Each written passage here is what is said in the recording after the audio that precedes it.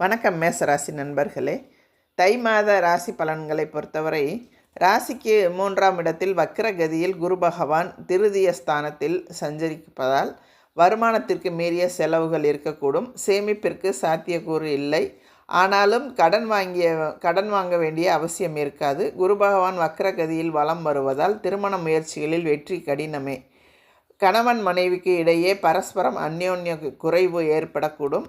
உத்தியோகம் காரணமாகவோ அல்லது குடும்ப பிரச்சனைகள் காரணமாகவோ கணவன் மனைவி தற்காலிகமாக பிரிந்திருக்க வேண்டியிருக்கும். விவாக முயற்சிகள் தடைப்படும். நெருங்கிய உறவினர்களிடையே கருத்து வேற்றுமையும் பகை உணர்ச்சியும் மேலிடக்கூடும்.